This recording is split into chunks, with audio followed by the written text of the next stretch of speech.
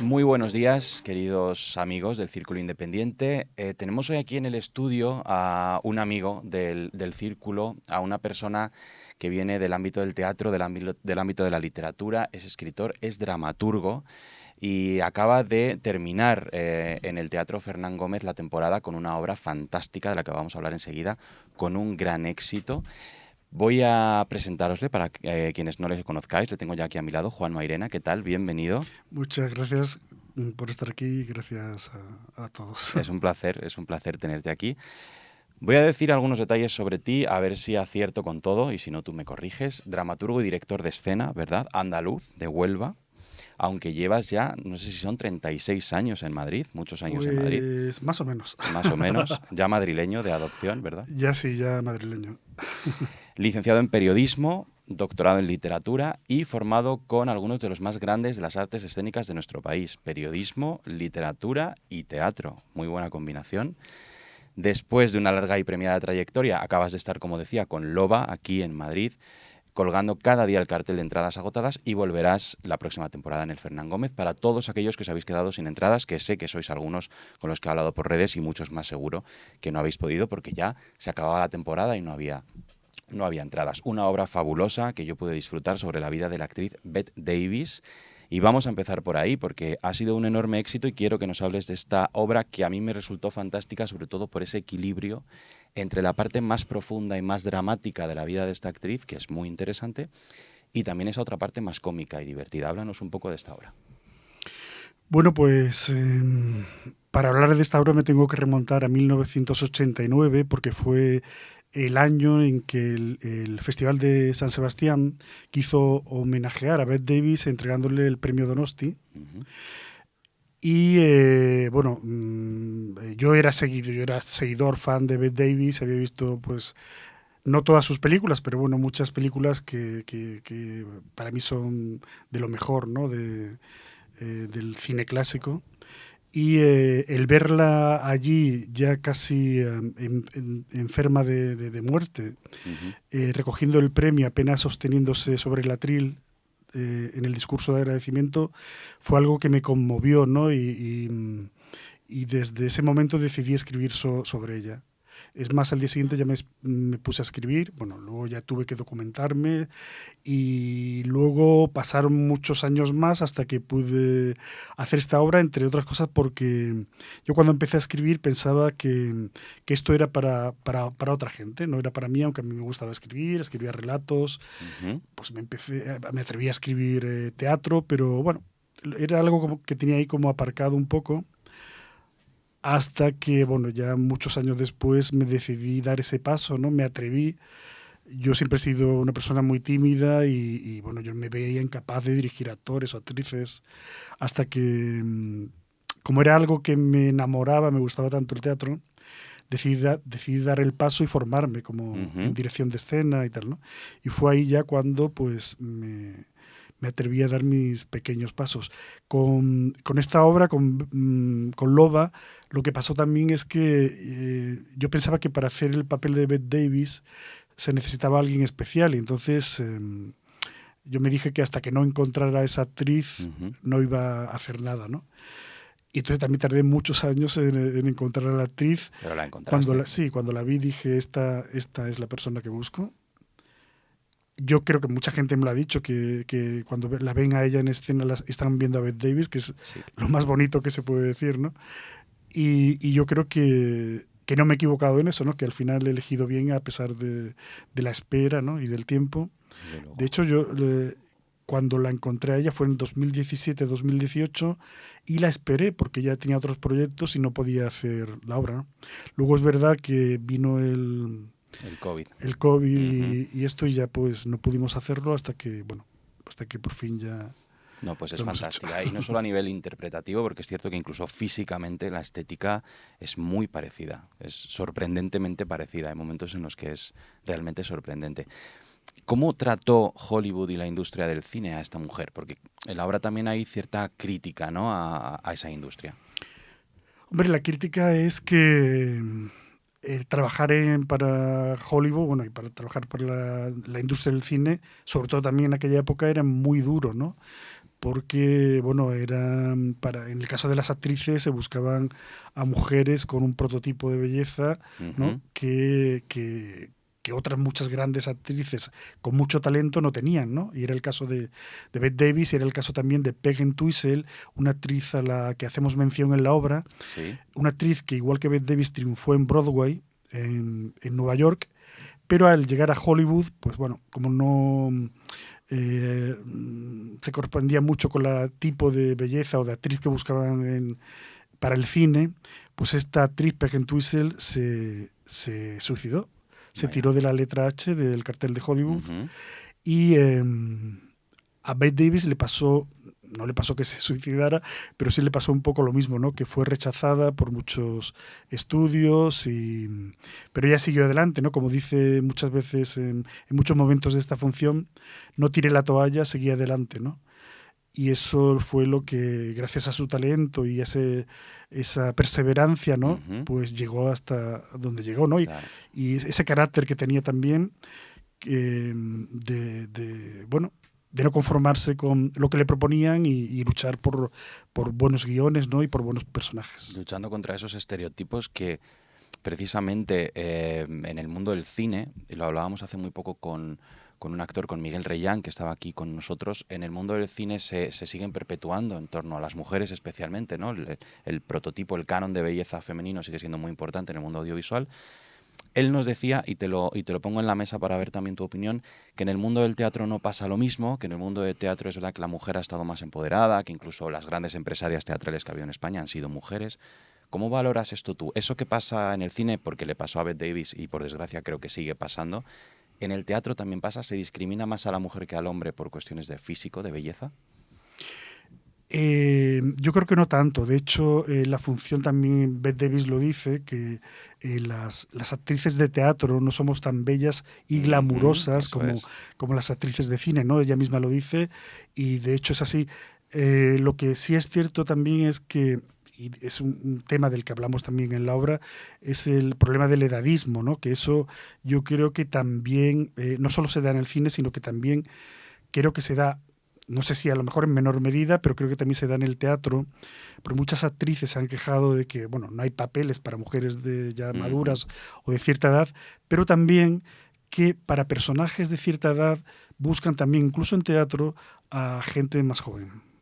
Cierto. Entonces, bueno, quizás el teatro no tenga esa problemática tan acentuada, pero sí se suele dar también. Pero también se da. Sí, Y especialmente temas de edadismo y de... Ujú. Bueno, y también, bueno, hay una cosa que se busca siempre en todas los grandes teatros, las grandes productoras buscan también cabezas de cartel, ¿no? Claro. No buscan actrices que, aunque tengan mucho talento, pues no son muy conocidas, ¿no? Eso también es un problema.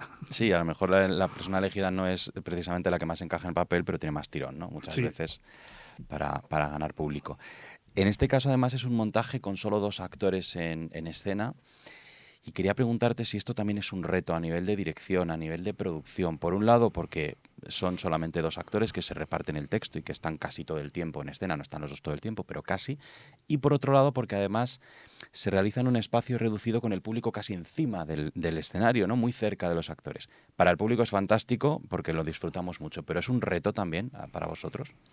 Cualquier obra es un reto, pero yo creo que en este caso es una ventaja porque para producción y para dirección, un poco para todos, porque el hecho de contar con menos actores pues reduce la producción, reduce quizás los ensayos, al director, pues el director se puede concentrar más en solo 2 actores que no en 12, ¿no? Por ejemplo. Entonces, no es un reto en sí mismo. La obra, cualquier obra es un reto. Esta obra además que cuenta con un personaje muy conocido, que es un referente para muchos, sí es un reto, pero no por el hecho de ser 2 personajes. Quizás es más reto para los actores en ese caso, ¿no? En este caso sería esa más presión de más tiempo en escena, sí, más claro. carga de papel. En este caso sí, supone una gran responsabilidad, ¿no? Y sobre todo por lo que decía, encarnar a un personaje famoso donde el público reconoce los gestos, es complicado, es una responsabilidad, ¿no? Porque muchas veces, pues a lo mejor hay algún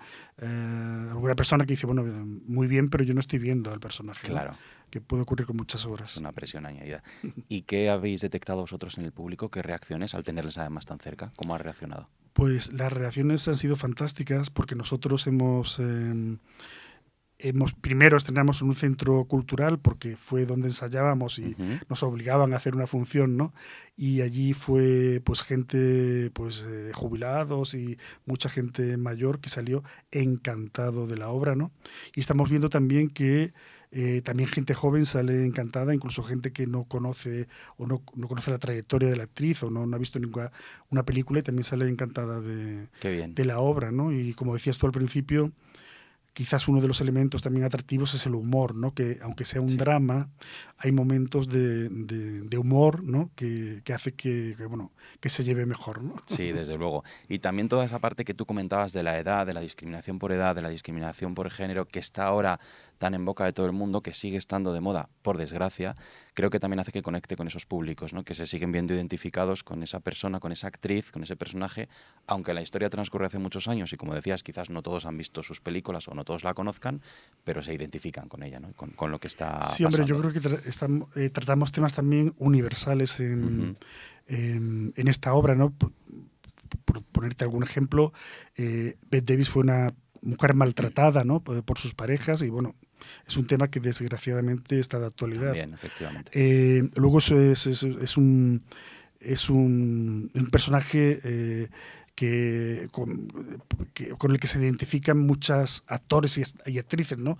Al fin y al cabo estamos hablando de lo difícil que es el mundo de la actuación, de la interpretación, y hay también muchos actores y actrices que se sienten identificados. Claro.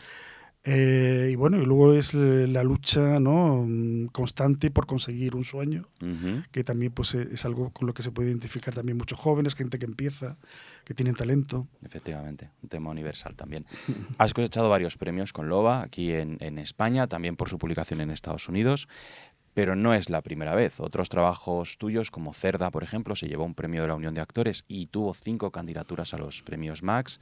Con Arrabal versus Cervantes obtuviste el premio Francisco Nieva de teatro. ¿Son importantes los premios en la carrera de un dramaturgo? A ver, para cualquier persona que empieza, yo digo, en cualquier oficio, ¿no? Pero en cualquier arte, pues son muy importantes, ¿no? Ya no son tanto, y yo hay veces que me pregunto por qué le darán premios a gente que ya está súper consagrada, ¿no? Yo creo que los premios son para la gente joven o la gente que empieza, no importa la edad. Yo, de hecho, empecé tarde en esto del teatro, empecé en realidad hace 10 años, Sí. soy ya muy mayor. Entonces sí que son importantes para la gente que empieza, ¿no? Porque es un reconocimiento que te abre puertas, ¿no? Yo creo que el ser candidato, bueno, has dicho 5, son 4, pero con 4 candidaturas a los premios Max por mi primera obra, ¿no? Pues fue muy importante y digamos que se me ha tenido en cuenta, ¿no? Claro, Para muchas cosas, aunque luego para otras no tanto. Es decir, llevo muchos años también intentando, pues eso, llegar a grandes teatros o a teatros públicos con obras que al final pues te dicen que no, y yo entiendo que somos muchos, pero bueno, ahí estamos luchando y sin tirar la toalla, como Bette Davis. Es complicado, pero eres muy valiente porque además del teatro, que efectivamente es complicado, también te has lanzado a la poesía, que tampoco es un género precisamente fácil, ¿no? Has traído, de hecho, creo, tu nuevo libro, Mapa de vuelos en tiempo real, tu libro de poesía, que quizás es, como decía, uno de los géneros con los que más cuesta conectar. Vamos a enseñarlo, vamos a colocarlo aquí para enseñárselo al público, para que lo vea, y lo vamos a dejar aquí puesto. Es uno de los géneros, como decía, más difíciles, con el que más cuesta conectar con el público. Y a mí, que también escribo, me da mucha rabia porque es un género muy bonito en el que se puede expresar, quizás mejor que en otros, las emociones, los sentimientos, pero cuesta conectar. ¿Qué expectativas tienes tú con este libro? Pues yo te diría, aunque suene, no sé, pretencioso, que yo creo que se han cumplido. Qué bien. Y por encima de lo que yo esperaba, porque bueno, esto surgió, yo también he empezado a escribir poesía muy tarde, de hecho fue durante la pandemia, porque la pandemia fue un shock para todos, ¿no? Y a mí me costaba escribir. Entonces lo que me salía eran cosas muy cortas, por relatos muy hiperbreves, aforismos y poesía muy cortita. Sí. Es lo único que me salía porque era incapaz de escribir una página, ¿no? Entonces empecé a escribir cosas que me parecían como simpáticas y las publiqué en redes y vi que la gente respondía muy bien. Y entonces pues eso me animó a escribir y me planteé el reto de escribir un poema, un aforismo, uno al día mínimo. Ha sido un buen canal para eso, ¿no? El de las redes sociales. Y de hecho creo que para llegar a los jóvenes es una buena alternativa. Y esa era mi siguiente pregunta. ¿Cómo llegamos a los jóvenes con la poesía, que parece que es un género que está, pues eso, dedicado a otras generaciones que leen más y que leen más poesía? Bueno, pues en realidad no lo sé, pero yo creo que sí que es buen medio las redes sociales, pues Twitter o TikTok, ¿no? Que a lo mejor es un medio más cercano a los jóvenes. Uh-huh. Entonces, yo creo que en medios como estos, que son como muy fugaces, no puedes meter una novela, pero sí Claro. puedes meter cosas muy breves que pueden llamar la atención y bueno, pues a lo mejor una persona joven o ajena a la poesía de repente ve algo que le llama la atención, que es muy cortito de leer, ¿no? Que a lo mejor si ves un párrafo de 20 líneas, eso no lo leen, pero si ve una línea o dos, Eso ya sí. lo leen y a lo mejor dice, pues esto me interesa, ¿no? Y ya empieza un poco a seguir Uh-huh. este tipo de tal. Entonces, son muy importantes las redes, ¿no? Yo creo que las redes sociales nos permiten a los artistas, a los que queremos vender nuestros productos literarios, hacerlos sin coste alguno, ¿no? Entonces, y llegar no solo a un público local como podía ser lo mejor hace 20 años, sino llegar a todo el mundo. Uh-huh. Efectivamente. Si es que las redes sociales, mira, justo hablábamos en la sección de diversidad de las redes sociales, cuando se utilizan para el abuso, el acoso escolar, el ciberbullying, el peligro que tienen, pero bien utilizadas, son una herramienta maravillosa. Y desde luego para la creación artística, si se utilizan bien, lo son. Oye, te pediré antes de terminar que nos leas un poema o un trocito, el que tú quieras. Vale. Fantástico. Si nos da tiempo lo haremos. ¿Tienes? Seguro que sí.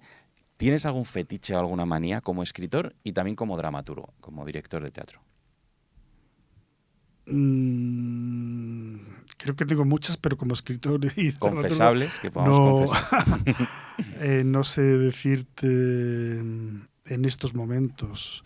Bueno, yo creo que, no sé si es un fetiche, pero como director de teatro cada vez estoy más convencido, y muchos de mis compañeros también lo creen, que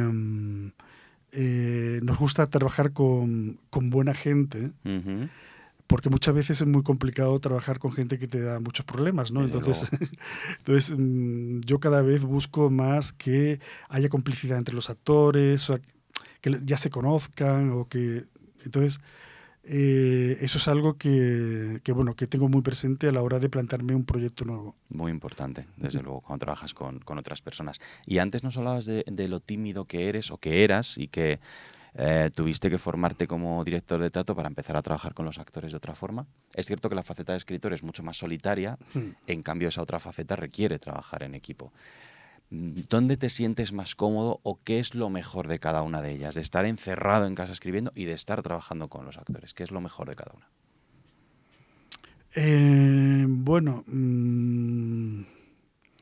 La verdad es que las dos tienen su parte buena, ¿no? Porque, bueno, escribir, no, simplemente si te gusta escribir, pues ya disfrutas, ¿no? Uh-huh. Sobre todo si no tienes ninguna presión de tiempos, de que tengas que entregar algún proyecto o tal. Si no existe esa presión, es un placer trabajar, sí. Imaginar, ¿no? Escuchar a los personajes, porque yo siempre digo que yo simplemente escribo lo que me dictan, ¿no? Los personajes, que eso ocurre, y ocurre cuando ya en tu mente pues tienes muy claro quiénes son, ¿no? Cómo se llaman, de dónde vienen, qué quieren, qué desean. Entonces, cuando lo tienes eso muy definido, ya son ellos mismos los que te hablan. Y luego, en cuanto a la dirección, también es muy...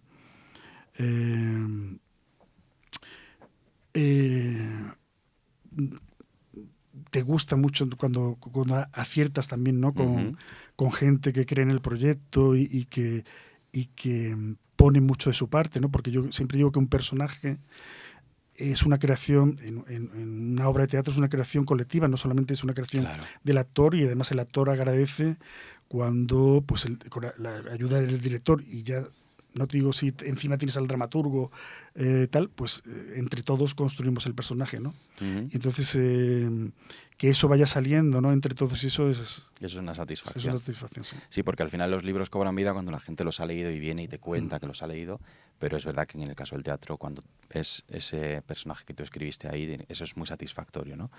Sabemos también, Juan, que tienes un proyecto teatral relacionado con la diversidad, con la discriminación, aquellos que son diferentes, y eso es algo que nos interesa aquí especialmente, de lo que hablamos todas las semanas. Cuéntanos lo que puedas de este proyecto, porque todavía no está en marcha, ¿no? Sí, es un proyecto nuevo para el que, bueno, por primera vez hay productores interesados que estaban interesados precisamente en esa temática, ¿no? En la temática de la diversidad, en lo difícil que se están poniendo los tiempos últimamente con esa ola de conservadurismo que hay en todo el mundo, ¿no? Y que suponen un problema para las personas, para los colectivos minoritarios, ¿no? Y entonces todo eso nos ha llevado a algunas personas a planear un espectáculo que, bueno, pretenden, bueno, por parte de producción pretende que sea una gran producción con danza, además de bueno, teatro, danza, con mínimo 10 bailarines, etcétera, ¿no? El proyecto, que hasta ahora lo conocemos como Proyecto Minotauro, aunque creo que el título finalmente va a ir por Los Indeseables, porque, bueno, es una obra distópica donde bueno, digamos que en un futuro apocalíptico, pues al final los colectivos, las personas LGTB, inmigrantes, gente de otras razas y tal, pues acaban un poco apartados y una especie de campos de concentración, ¿no? Por el hecho de no ser deseables o deseados para la sociedad futura, ¿no? ¿Y lo ves factible eso, con esa ola que tú estás diciendo, con el resultado de las elecciones que tenemos que acaban de haber en Estados Unidos, que te quería precisamente preguntar por eso, cómo lo valoras, con la corriente de extrema derecha que está habiendo en Europa y en otros países de Latinoamérica? ¿Ves posible que pase esto, o eres optimista y crees que esto pasará y bajará toda esta espuma? Yo soy muy optimista, pero es que ya lo estamos viendo. Te quiero decir, no es que pueda pasar, es que de hecho ya está pasando, ¿no? Ya pues se habla sin ningún tipo de pudor, ¿no? De recurrir a migrantes en condiciones no muy... bueno, ya estamos viendo también, ¿no? Todas las agresiones a homosexuales, bueno, el desprecio que hay hacia la gente transgénero. En fin, son cosas que están sucediendo ya, ¿no? Sí. Que no es muy difícil imaginar que esto vaya peor y que al final, pues, bueno, una de las cuestiones que se habla en esta obra es de que la historia se repite, ¿no? Y desgraciadamente yo creo que es así. Creo que como el clima, pues hay ciclos, como la economía hay ciclos, y en estos temas también hay ciclos, donde pues en algunos momentos hay más libertad y otras menos, ¿no? Desgraciadamente. Pues intentaremos frenarlo desde las herramientas que tenemos cada uno, desde estos altavoces, desde tus proyectos. Haremos cada uno lo que podamos para que esto no pase y mantener ese optimismo que aquí también siempre queremos contagiar. Juan, te dejamos tu cámara para el Minuto de Oro, para que te dirijas a nuestro público, a tu audiencia, a tus lectores, y les lances el mensaje que quieras. Pues mira, y luego tu poema, por favor. Pues voy a aprovechar para vender mi libro, porque yo aquí he venido a hablar de mi libro. Claro que y este sí. es el libro que acabo de publicar, que se llama Arrabal versus Cervantes. Ya está en librerías, ya lo puede adquirir quien quiera. Y además quería deciros que la presentación del libro será la semana que viene, el miércoles 13 de noviembre, en la librería Cervantes, que está en la calle Pez. Y bueno, contará con José Moreno Arenas, que es uno de los grandes dramaturgos andaluces, y también con la participación de dos actores, Juan Manabas y Rodrigo Sáenz de Heredia, que leerán algunos fragmentos de este libro. Así que Recuerden, 13 de noviembre en Librería Cervantes. Os espero. Pues ahí nos veremos todos. También Loba, que también está publicado, y tu libro de poesía, que por favor te lo voy a dejar para que nos leas el que tú decidas, el que tú Vale. quieras. Pues como te decía antes, como yo he llegado siempre tarde a todo, llegué al teatro muy tarde, ya te estoy hablando de hace 10 años, y a la poesía hace 4. Entonces te voy a leer un poema que dice: nací tarde, venía con otro y se me adelantó. Al colegio no llegué pronto porque me levantaba tarde. A la universidad llegué tarde porque no llegó pronto la vocación. Más tarde, y por este orden, llegué tarde al sexo, al teatro y al amor. La del amor fue la mejor tarde. ¡Wow! ¡Qué bonito! Llegaste tarde, pero llegaste, y gracias a que llegaste estamos disfrutándote también aquí. Muchas gracias, Juan. Todos a leer a Juan y todos al teatro a ver Loba en la próxima temporada en el Fernán Gómez. Muchas gracias. Muchísimas gracias. A ti.